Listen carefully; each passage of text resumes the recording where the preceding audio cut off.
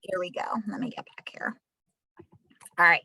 So we're going to get back here to our PowerPoint. So self-esteem refers to a person's overall sense of his or her value or worth. It can be considered a sort of measure of how much a person values, approves of, appreciates, and likes him or herself. So it's really how you feel about you. And obviously the goal is for a person to have as much positive self-esteem as possible, believing that they are worthwhile, believing that they are strong, that they are capable, that they can do what they set out to do. That is always the goal. And I know that as parents, your goal is to try to help your children have a positive self-esteem, to understand that they are capable, that they are worthwhile, and that there are things that they can do. Right? Hello, how are you? All right.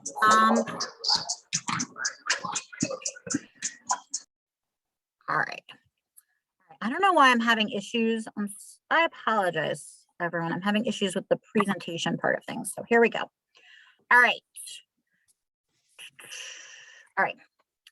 So self-esteem is one's attitude towards oneself. Morris Rosenberg described it as a favorable or unfavorable attitude towards the self. And again, the idea is that a child and really any person should have a positive self-esteem. So why is self-esteem so important for your child's development? Why is this something that we're concerned about? Well, low self-esteem is linked to violence, dropout rates, teen pregnancy, suicide, low academic achievement. 44% of girls and 15% of boys in high school are attempting to lose weight. 7 in 10 girls believe that they are not good enough or that they don't measure up in some way. A girl's self-esteem is more strongly related to how she views her own body shape and body weight than how much she actually weighs. Nearly all women, so 90% of women, want to change at least one aspect of their physical appearance. Vast majority, 81% of 10-year-old girls are afraid of being fat. So for me, that's something that was really, that statistic is pretty shocking to me because 10-year-old girls are still very, very young. But to know that 81% of 10-year-old girls are afraid of being fat or gaining weight or concerned about how other people view their bodies and their appearance, that is definitely something that is concerning. Right? Okay.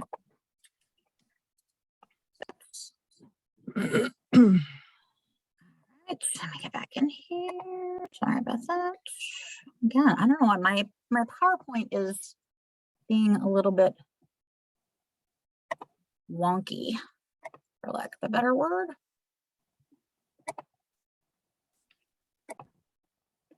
Okay, I'm there. And about 1 in 4 college-age women have an eating disorder. Only 2% of women think they are beautiful. So this is not just about girls, this is about everybody, but it's really kind of concerning that there, I think, are so many statistics out there specifically for girls and women relating to self-esteem. So absent fathers, poverty, and low quality home environment have a negative impact on self-esteem. So is this something that we need to be worried about with young children, right? As a parent, you know, you're responsible for making sure that your child is safe, secure, well-fed, that they go to school. You know, we talk about Maslow's hierarchy of needs, making sure that, you know, a child's physiological needs are being met, that they're eating, that they're safe, that they have a place to sleep. And they have relationships, love and belonging. And then self-esteem and self-actualization is a little bit higher, right?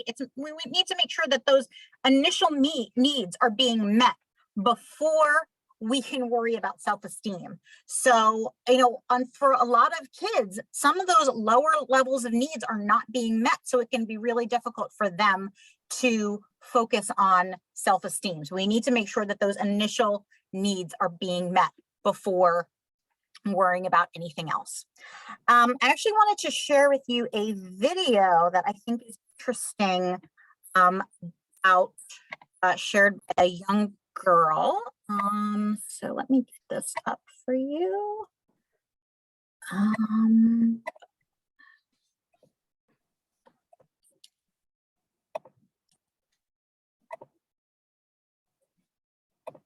Feel about yourself? I know, that's a weird question. And right now, you were asking, why are you asking me a weird question? Let me tell you why. Self-esteem. Self-vote. What? Self how we feel about ourselves. And what are 5 things you can do to feel awesome about being you? These are great questions. And on this episode of Rocket Kids, we explore those questions. I'm Vivian, and let's get this started.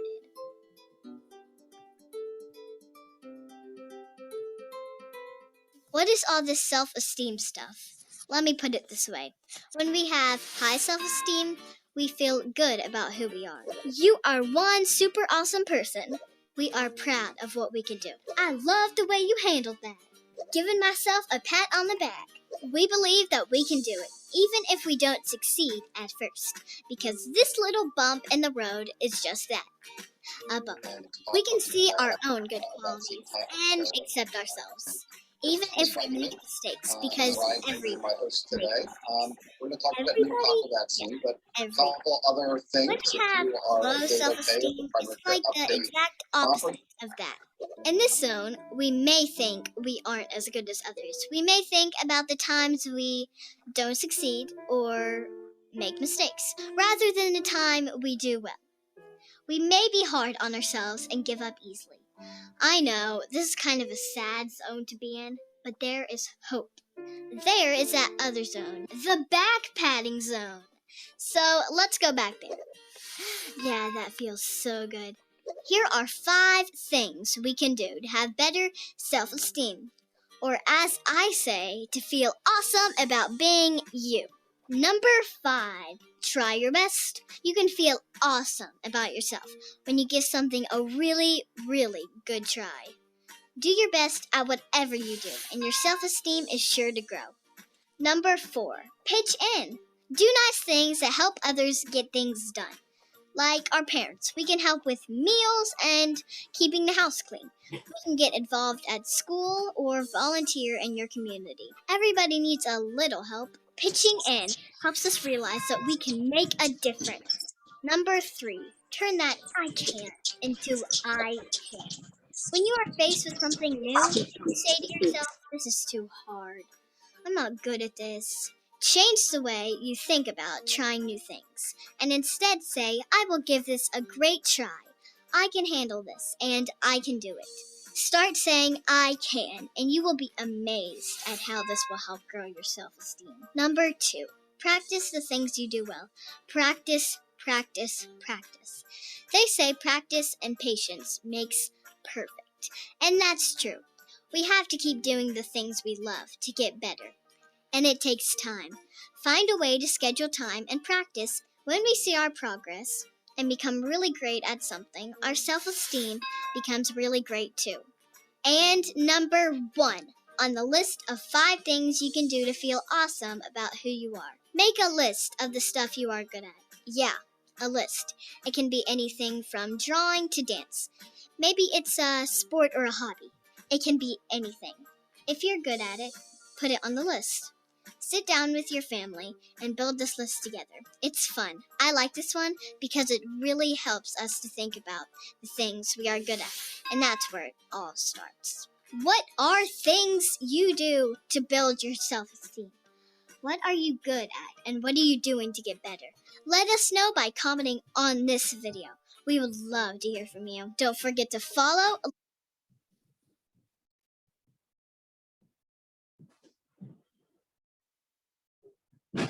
okay. So I really like that little video. The girl is adorable. And I really like, I think that it's a great way to share this topic with your children, particularly younger children who may not be used to having this conversation or really thinking about it. One thing that I really liked about it is working with your child to come up with a list of things that they're good at. I think that that's a really important thing to do. I think that as children get older, it becomes harder for them to see the things that they are good at. There's a lot of reasons for this. It might be because the things that they're doing as they reach a higher level are getting harder. Maybe they were always really great in math and now they're taking more advanced classes and it's harder for them. So they're having a harder time with it, or they've moved up to a higher level in a sport and they're struggling with it. So it can be, as kids get older, there are a number of reasons why they might struggle with that self-esteem, because the things that they used to be good at, maybe they're not really as good at anymore, or they're having to work at it a little bit more, and it makes it a bit of a challenge. So I think that working with your child and helping them to see the things that they are good at can be a really positive thing to do. So,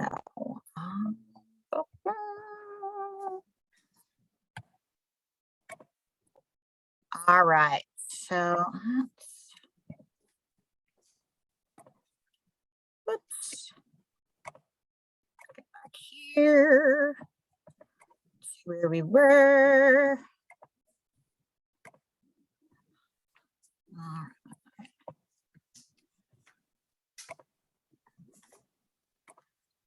Okay, so let's think about things that you can do to help your child to develop their self-esteem. It's important to celebrate your child's strengths and their innate gifts as opposed to their achievements. You may be always used to thinking about your child. Maybe they were always really great in school, and so you're praising them for, getting good grades and for being on honor roll. And that's a wonderful thing to do, and that's great to praise them for that. But make sure that you're also celebrating things that they are good at. Make sure you're celebrating things like their kindness, their attention to detail. Make sure that you are celebrating the way that they care about other people, as opposed to the things that they have done, making sure that they understand that their worth comes from the person that they are, as opposed to the things that they can do. If a child has always been told, well, you know what, I'm really great at baseball, and then they stop playing baseball, it can be hard for them to see the other things that they're good at. So helping them to understand their internal strengths as opposed to just the things that they do. Be mindful of unspoken pressures. So you may have this idea of what you want for your child, and it's possible that there could be these pressures that are being put on and you're not even really aware of them. And kids, especially tweens, teenagers, can be very sensitive to things from their parents. So just be aware of some of those unspoken pressures might be going on there. Okay. And children are more than just their grades or their accomplishments. So make sure that you're reminding them of the things that they're good at, the person that they are, the talents that they have, the way that they act around other people, the way they treat other people. Those are the things that can, that we want to make sure that we are, noticing and praising. So I actually want to share a clip video. Again, as you are all parents, I imagine this is probably a movie that you are very, very familiar with right now, because it is pretty much the most popular movie going on right now. But this movie is about a family who is, the lead character that we're talking about, Encanto. The lead character, Mirabelle, is very, aware of the fact that she seemingly doesn't have talents, doesn't have gifts the way the rest of her family does. And she feels a lot of pressure from her grandmother about who she is and where she belongs and where she fits in, and the fact that she's different from the rest of her family. So this is just sort of an example of some of that, that pressure that a child might be under when they are trying to be something for their family that they aren't able to be. They can't meet expectations, and kind of that unspoken pressure that they have from their family. So I'm going to assume that as parents, you have watched this movie nauseum at this point. I know my daughter is obsessed with it and has seen it, I don't even know, like 20 something times by now. All right.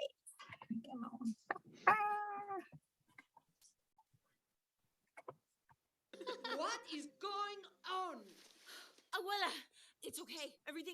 We're gonna save the miracle. Magic. What are you talking about?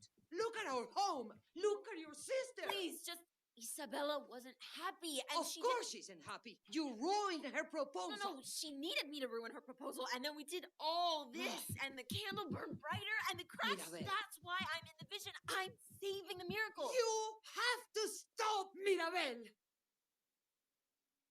The crack started with you.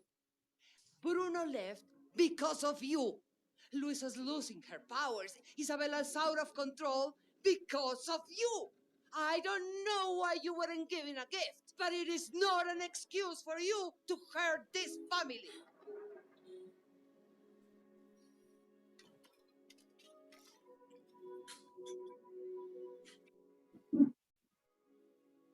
I will never be good enough for you.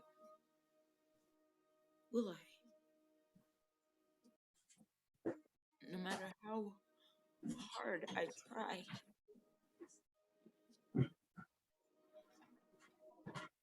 No matter how hard any of us tries. Luisa will never be strong enough. Isabella won't be perfect enough. Bruno left our family because you only saw the worst in him. Bruno didn't care about this family. He loves this family. I love this family. We all love this family. You're the one that doesn't care. You're the one breaking our home. Don't you The ever... miracle is dying because of you. Okay, so, all right, admittedly, that is a pretty intense scene, right? And I think both, both Mirabel and Boila were in the wrong with that. I think that there was just a lot of anger, a lot of tension, a lot of frustration going on in there. But I think it goes to show that sometimes that pressure that child might be under from a parent or from a family member can really have a big impact. So again, it's just important to make sure that those expectations are being noticed and managed. And again, that's not to say that you shouldn't have high expectations for your kids. Obviously, it's something that's really important, but just be aware of what your child's strengths are and ways that you can be supportive of them. So, would you take this? It's my mention or share, or is there anything in the chat? I didn't see anything yet, but there's nothing in the chat so far. But if anyone has any questions, they can add those to the chat. And again, I'll make sure that those get that we ask Ms. Chapella throughout the presentation. Again, it may be difficult sometimes when your child is growing and developing and kind of becoming their own person, especially as they go through adolescence. You might find that, your child is interested in things that you just don't understand, or they are developing interests that are completely new to you, or their beliefs or anything like that is just completely not anything that you expected. How are you able to support them and be there for them? That can be a really big challenge. If your child is, believes something different, from a political standpoint, or if they, are, whether it be something related to religion or, any of their interests or passions or whatever it is, it can be really difficult to come to terms with that. If, they're starting to develop interests that are completely opposite of yours. And it can be a challenge, but I would encourage you to really try to get to know them for who they are, find out why they're passionate about these things, and really make effort to figure out who they are. Know that, they're still trying to figure out themselves. Don't try to change them. Don't try to change who they are. Just make sure that you're offering unconditional love. Jen, how do you balance a passion for video games versus too much screen time? Oh my goodness. Yes, this is a really big thing. I think that this is a concern for a lot of parents because it's true. Screen time, video games, being on your phone, those are things that are really, really important to kids right now. In a lot of ways, that is their social connection. That is how they interact with other people. And especially given the pandemic, for a long time, that really was their like community. That was how so many kids were able to connect and to interact with other people. That may have been the only way that they could have done that. So it really is a challenging situation. Because yeah, you know, if maybe they are really good at video games and maybe it is something that brings them joy and helps them to calm down and to relax. But at the same time, there are also some negative effects of video games, and it can also interfere with family time. It can interfere with schoolwork. It can interfere with just kind of general, you know, social interaction, things like that. So it's really is a challenging thing. My biggest suggestion, I think, is, depending on how old your child is, having that conversation with them and making sure that they understand why it's a concern for you, why they can't just have unlimited access to video games, and maybe working with them to come up with a schedule that works. Because if that is their social connection, fine, let them have however amount of time you as a parent deem is appropriate, and make sure that they understand why those limits are in place, and have them, I think the more that they can be invested in that process, rather than just saying you have X number of screen time an hour or a day or a week or whatever it is, make sure that they're part of that. And, if it's something where they can earn more, or it can be, something else that they can work towards, that's something to consider as well. But I think that's a really good question, and that's a really difficult thing to balance. Does anyone else have any comments or thoughts on that?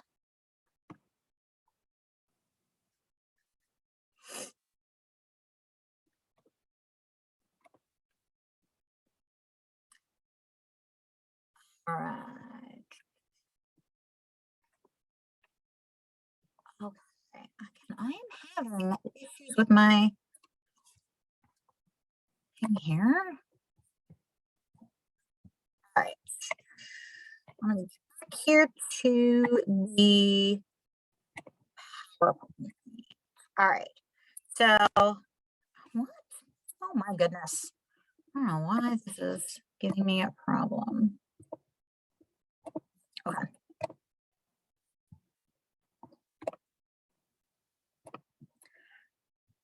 All right. So what are some ways that you can be there for your child? It's important to make sure that you're maintaining that balance between independence and support. It can be one thing that's really a really important way to build a child's self-esteem is to have them, take on responsibilities, have them do things, have them be independent, and it can start from a very young age, with doing, small chores around the house, having them help out with different things around the house, making dinner, having them be able to, clear the table, set things up. If you find that there's something that they're interested in, really help work with them to, kind of help develop that. If you find that your child really likes cooking and really is interested in that, like, go for it. Like, have them help you in the kitchen. Maybe even give them a day of the week. Like, on Tuesdays, you're responsible for making dinner, and I'll be there to help you and support you. But like, it's up to you. So giving them that independence and that trust that they can handle these things is going to be something that's really important.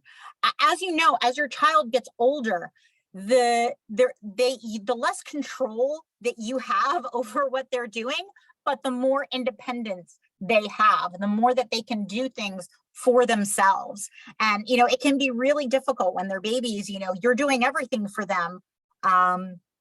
You have total control, but it means that they have no independence at all. And then it kind of, it kind of goes down, it goes the other way. And that's, circle of life, right? That's the way things are. So it's a difficult thing, I think, to kind of come to terms with that. But the more that you can kind of balance that, opportunities for them to have independence, to try new things, to try things that are hard, is going to be really, important. Building their confidence, not just telling them that they're great at something, but, showing them the ways that they can improve and the ways that, like reminding them of the things they're good at. We're going to talk in a little bit about overpraising and how that can be, actually detrimental to a child, but working on helping to build their confidence in the things that they are good at is going to be really important. So yeah, overpraise. Is that a thing? Can you really overpraise your kid? Yeah, you actually can. So a Stanford study showed that praising effort, not talent, leads to greater motivation and positive attitudes towards challenges. So what that means is that rather than praising what your child has accomplished or what your child is naturally good at, praise the work that they put into it.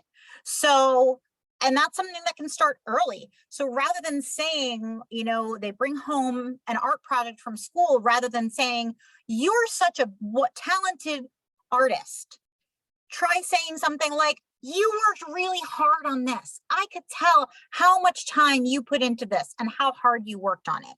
So making sure that understanding the effort to their natural innate abilities.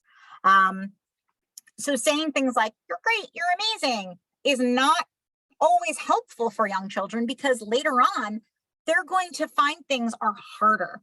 And it's going to be more difficult because they're thinking, but I used to be really good at this. Am I not good at this anymore? And it can be really difficult for them to come to terms with it. So if there are things that they're not okay with, if there are things that they're struggling with, it's okay for them to, to understand that there are still things that they can get better at, right? So, Samantha McLeod stated that complimenting can actually negatively affect self-esteem. Kids might start thinking that they're perfect or they're trying to be perfect all the time. That's something they could never possibly live up to. And again, circling back to Encanto, that was part of the issue. If you're familiar with the movie, it's part of the issue that, that both her sisters had, Isabella and Louisa, feeling like they have to be perfect. They have this pressure. They have to do all of these wonderful things. Who can live up to that, right? No one can live up to that. So making sure that they understand what their limits are and that they understand, like, it's okay to be good at some things. There's no way you're going to be good at everything. It's just not possible. And the more that they find that they have to work at things, the easier it is going to be for them to build that resilience, right? So that struggle to work at something, and even the failure of it, can help build that resiliency and that self-esteem. I can share, a personal experience that something that I'm going through with my own daughter. As I said, I have 13-year-old twins. My daughter has always been very, very strong academically. She's always loved math, and has done really great in math. When she started in 6th grade, she was in accelerated math. Now in 7th grade, she is taking algebra, which is like a 9th grade level class, and she's struggling in it. She's having a hard time because for the first time, she is realizing that she has to work a lot harder at math than she's ever had to. It's always come naturally to her. And it's affecting her self-esteem, and it's making her think that maybe I'm not good at math anymore. So it's been really, it's something that I've really been working with her on, that it's okay to struggle. In fact, we need to struggle because that is how we learn how to build ourselves back up. Because there's never going to be a time where you are going to be good at everything. You're going to have to learn how to have that struggle and how to work around a problem. So allowing kids to have that opportunity to work around their problems can be really beneficial. And it hurts. Oh my gosh, it hurts so much as a parent to see your child struggle. But what I'm trying to do with her is just remind her that it's okay that she doesn't get straight A's in math. I love her no matter what. My love is not something that is conditional based on her grades. All I want is for her to work at it. I want her to try. And if she comes home with a C, but I know that she has worked hard, then I'm okay with that, because I know that she is trying to find a way to work around this problem. So, I think especially for, those kids who have always been high achieving, whether it be with academics or whether it be with athletics or musical abilities, whatever it is, they need to understand that you will love them and be there for them no matter what, even if they don't get straight A's, even if they, struggle in, with their music. Like, they are more than what they do. They are more than those accomplishments. Any comments, questions about that?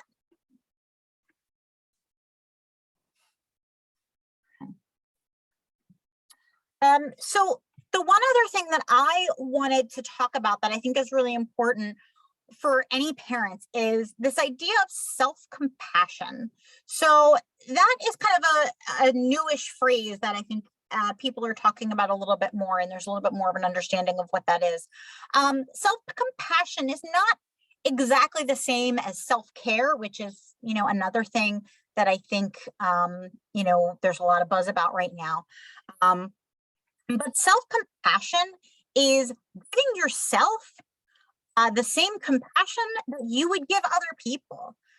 So basically just being kind to yourself, recognizing that you might be struggling with something, that you are worthy and deserving of care, of support, of kindness. It's showing yourself that same kindness that you would show any other person. And I think as parents, this is something that we really need to work on, and it's something that is so important. Being a parent right now is so hard. There are so many things going on. There are so many pressures that our kids are under. There are so many things to worry about, and we're always, questioning whether we're doing the right thing, whether we are doing right by our kids. We are inundated by things on social media about what other parents are doing, and there's this idea that we're just not good enough. And all I can say is you are good enough. You are doing what you can. You are doing everything to be the best parents for your children. The fact that you were even here on a Wednesday night on this Zoom call to be hearing about this topic shows that you are all wonderful and caring and dedicated parents. So it's important that you are able to show yourself that compassion so that you can then model that to your children. So I'm going to show you another quick video. I'm sorry. I got a lot of videos here. Mostly I just would rather have someone else talk to me. That's all. All right, so let me share this. I'm going to mute myself.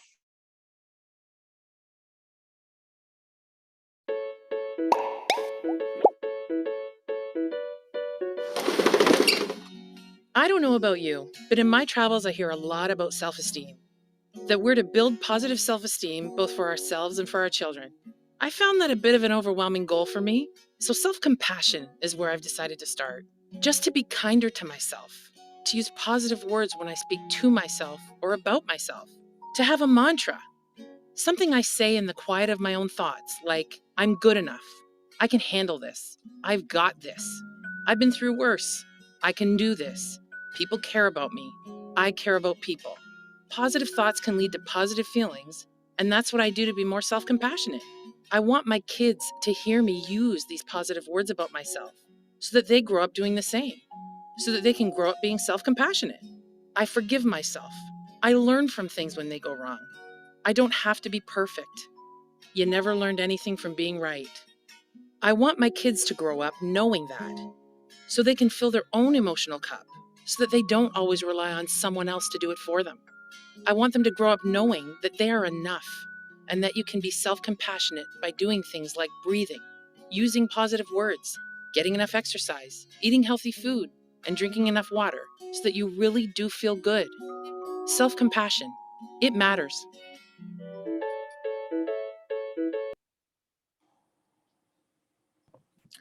All right.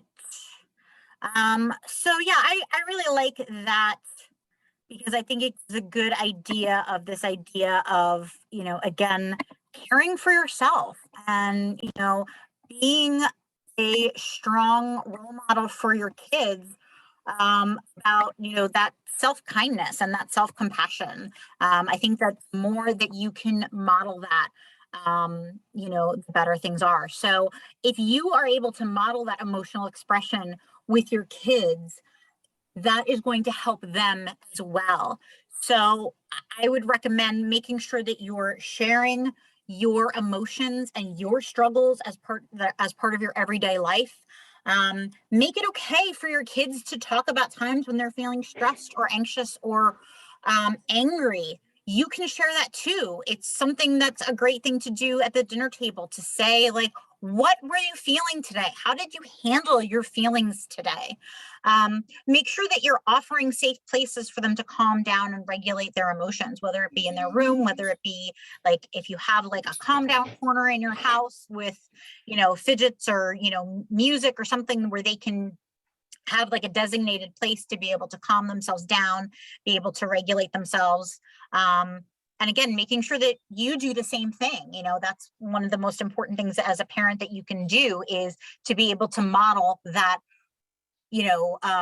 emotional regulation, being able to stay calm and, doing whatever you need to do to calm yourself down, when there's an issue. Again, just listen to what your kids are going through. I think as parents, we always want to try and like swoop in and like fix a problem for our kids. And, when they're young, that may be something that we do, but as they get older, it's actually better to just listen, to maybe offer some potential solutions, but to really just listen to their struggles and not try to just run in and fix their problem for them, like help them brainstorm their own solutions to the problem. And again, like I said before, separate your child's feelings from their actions. So they may be feeling a certain way. They may be feeling frustrated, angry, so they're acting out in a way that is disrespectful. But those feelings do not define them. They're just feelings, and they are going to go away, and they are going to change. Our feelings change all the time. That is not who they are. So don't let those feelings and those, those minor things define who they are, right? I have a couple of resources here, for younger kids, just things that do to, activities, things that you can do with your children. But does anyone have any questions, any comments, anything that you want to share, or things that have worked for you?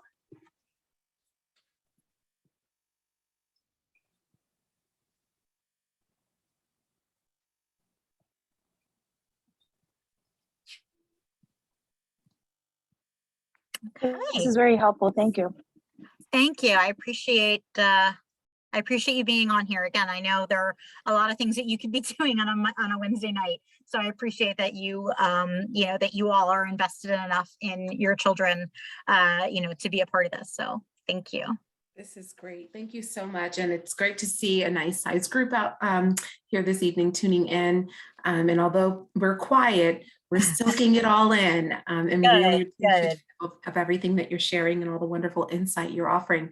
And just a reminder to people, you can use the chat if you're not inclined to unmute yourself to ask a question or share a comment. You're more than welcome to drop a note in the chat, and we can see your question or comments there. All right. Well, one thing, if you're interested, I might be able to share a couple of resources. I can always just like in the chat. Let me see if I can do that.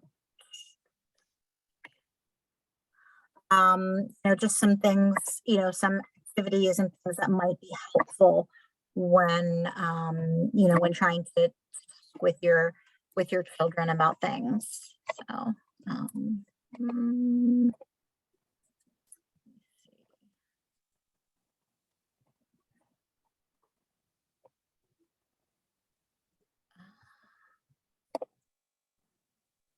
all right, I just sent a PDF. Let me see. Hopefully that went through.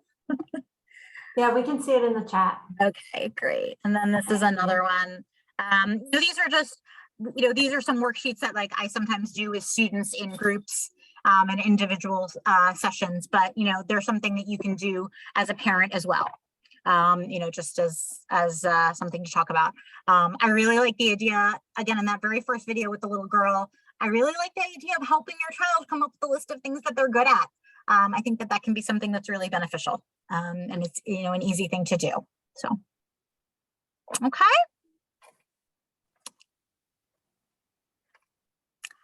Well, I am tired of hearing my voice, unless you all have something that you want to share.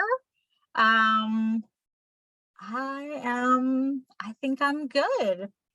But thank you all for coming and for being a part of it. You don't see the resource here. I just posted 2 PDFs in the chat box.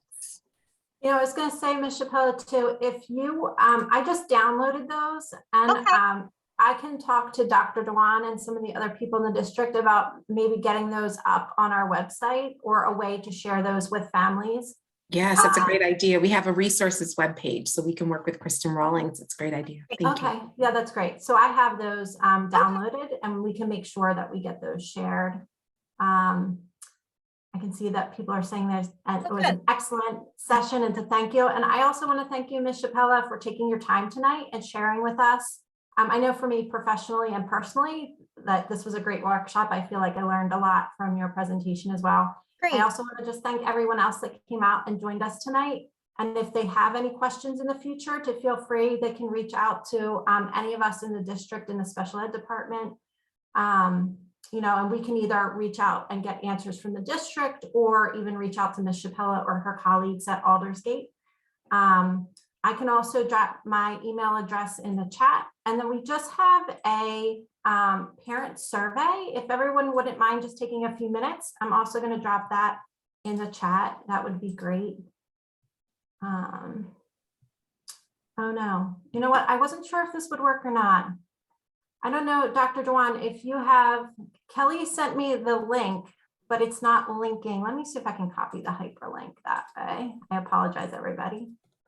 Let's see. I think I may be able to pull it up. Okay, yeah, I think there's the link. It's just right underneath. I apologize that it's the actual link. If you push on that, that should take you to the feedback survey for the series tonight.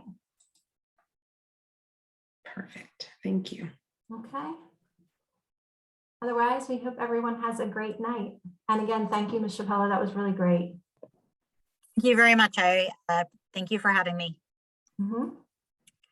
Have a good night, everyone. Thank you. You too. Good night.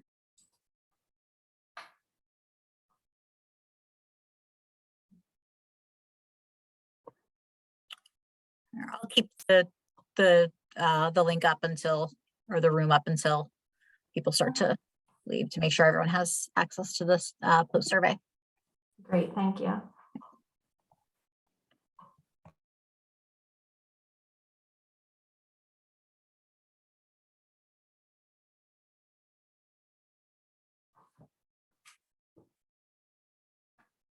I'm going to stop the recording now, though.